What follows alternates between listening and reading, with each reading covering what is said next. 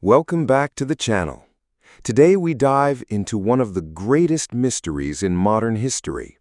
A story with no ending, no clear answers, just endless questions. Who was the man in the suit who vanished into the night sky with $200,000 strapped to his chest? Did he survive, or did he disappear forever? Stay with me, because what you're about to hear is not just a crime story. It's a legend, and legends never die. It was November 24th, 1971, the day before Thanksgiving. Most people were thinking about family dinners, warm houses, and the smell of turkey. But on that rainy evening at Portland International Airport, a quiet man in a dark suit bought a one-way ticket to Seattle. His name, at least the one he gave, was Dan Cooper. He carried a simple briefcase, wore sunglasses inside the terminal, and looked like an ordinary businessman. No one paid him much attention. Why would they? He blended in perfectly. He boarded Northwest Orient Airlines Flight 305, a Boeing 727. The flight was short, just 30 minutes. Passengers settled into their seats, chatting casually. A stewardess noticed him, polite, calm, ordering a bourbon and soda. He didn't seem dangerous.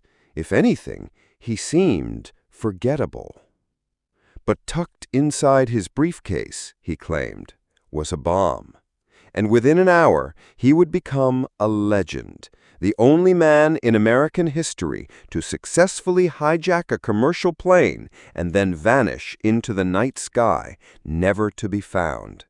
This is the story of D.B. Cooper, the man who outsmarted the FBI, disappeared into thin air, and became a symbol of mystery, rebellion, and unanswered questions.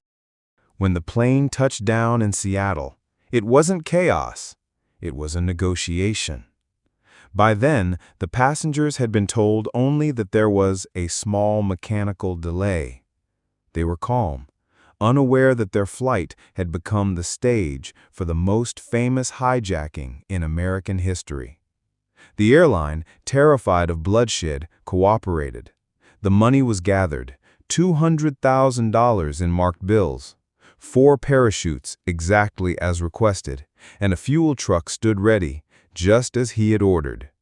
As the demands were met one by one, Cooper sat quietly, watching everything with that same unsettling calm. No shouting, no panic, just a man in a black tie, smoking another cigarette, waiting for his plan to unfold. The passengers were released, all of them.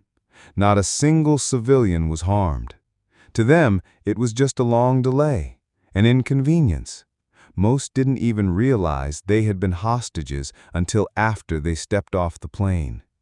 But the crew remained, because Cooper wasn't finished. He gave his next instructions with precision.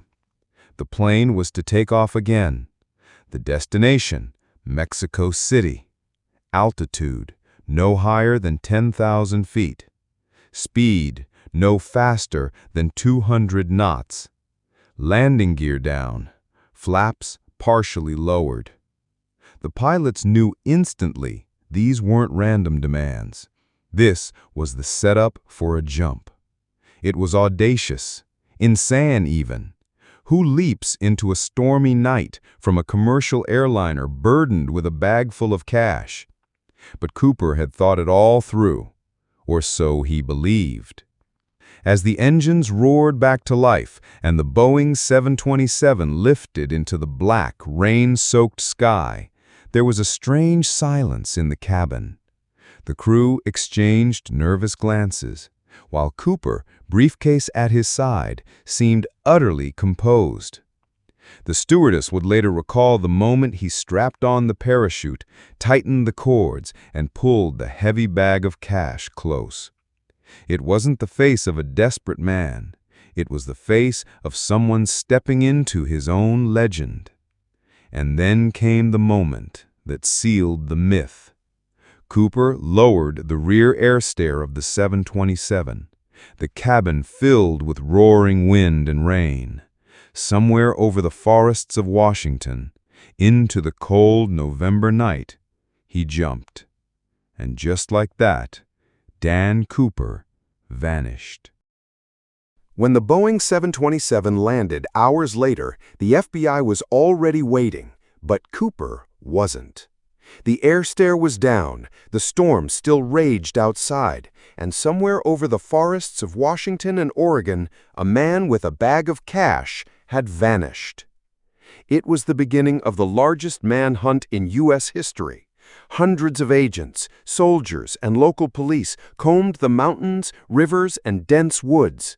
Helicopters buzzed low, dogs searched in packs, maps were spread across makeshift command posts, yet there was no trace, no parachute, no body, no bag of money, nothing. The mystery only deepened when the FBI began to analyze his profile. Cooper wasn't a desperate amateur.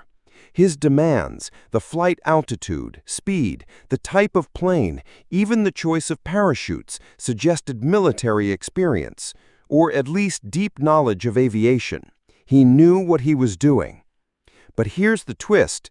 Experts disagreed on whether the jump was even survivable. It was pouring rain, freezing cold, with strong winds.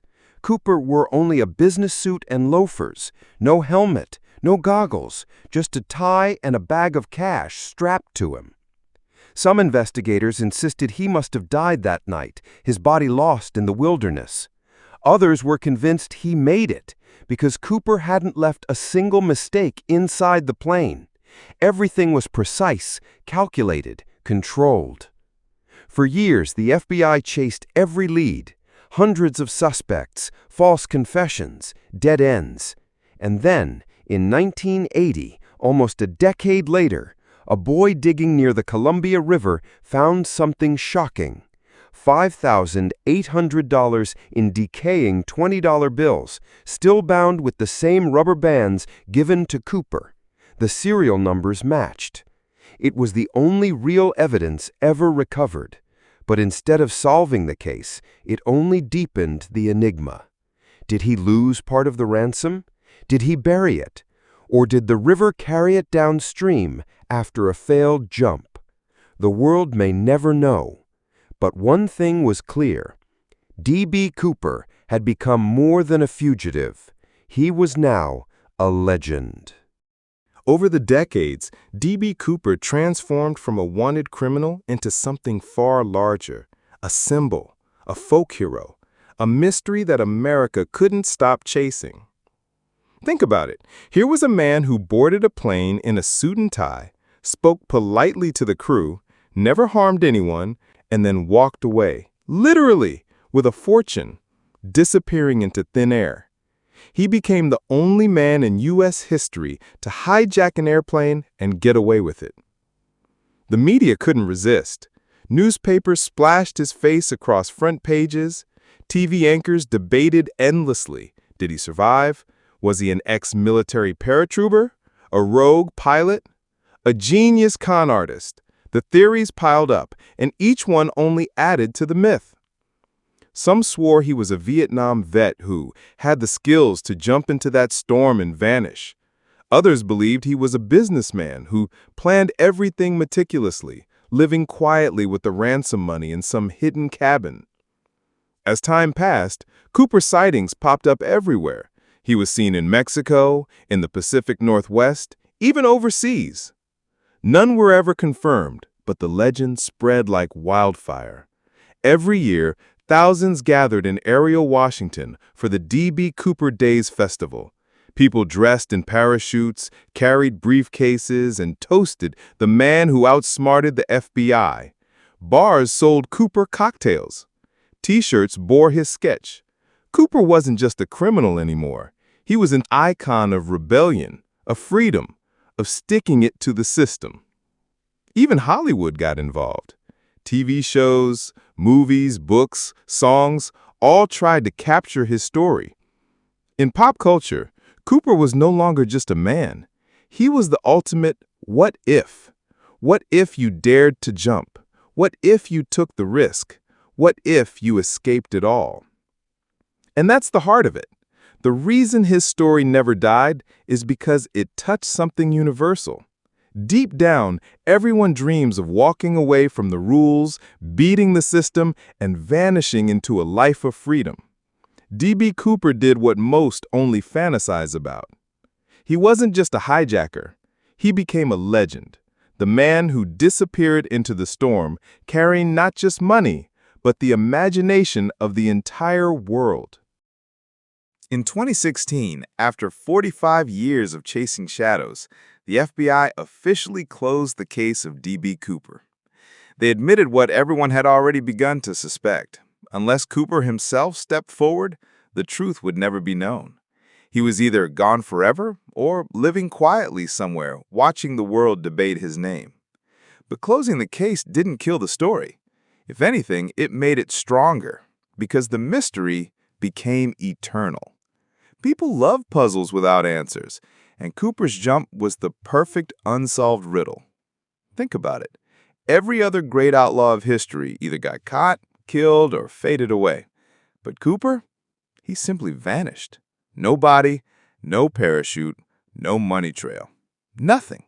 Just the image of a man in a suit, walking calmly onto a plane and then leaping into the night. And that's why his legend endures. He represents something rare in modern life, the idea that you can truly escape. In a world where cameras track every move, where data is everywhere, Cooper is the ghost who beat the system. Today, he lives in the DNA of American culture. He's referenced in rap lyrics, in Netflix documentaries, in novels, in conspiracy podcasts. Entire online communities spend nights combing through old FBI files, convinced they'll be the one to finally crack the code. But maybe the truth doesn't matter anymore, because the real story of D.B. Cooper isn't about the money, or even the man. It's about what he left behind, a myth that refuses to die, a story that keeps people wondering, what if? What if he survived? What if he's out there, living a quiet life, smiling every time he hears his name? What if, just maybe, he pulled off the perfect crime? That's the legacy of D.B. Cooper. Not the ransom, not the hijacking, but the eternal mystery. A reminder that sometimes the most powerful story is the one that never gets an ending.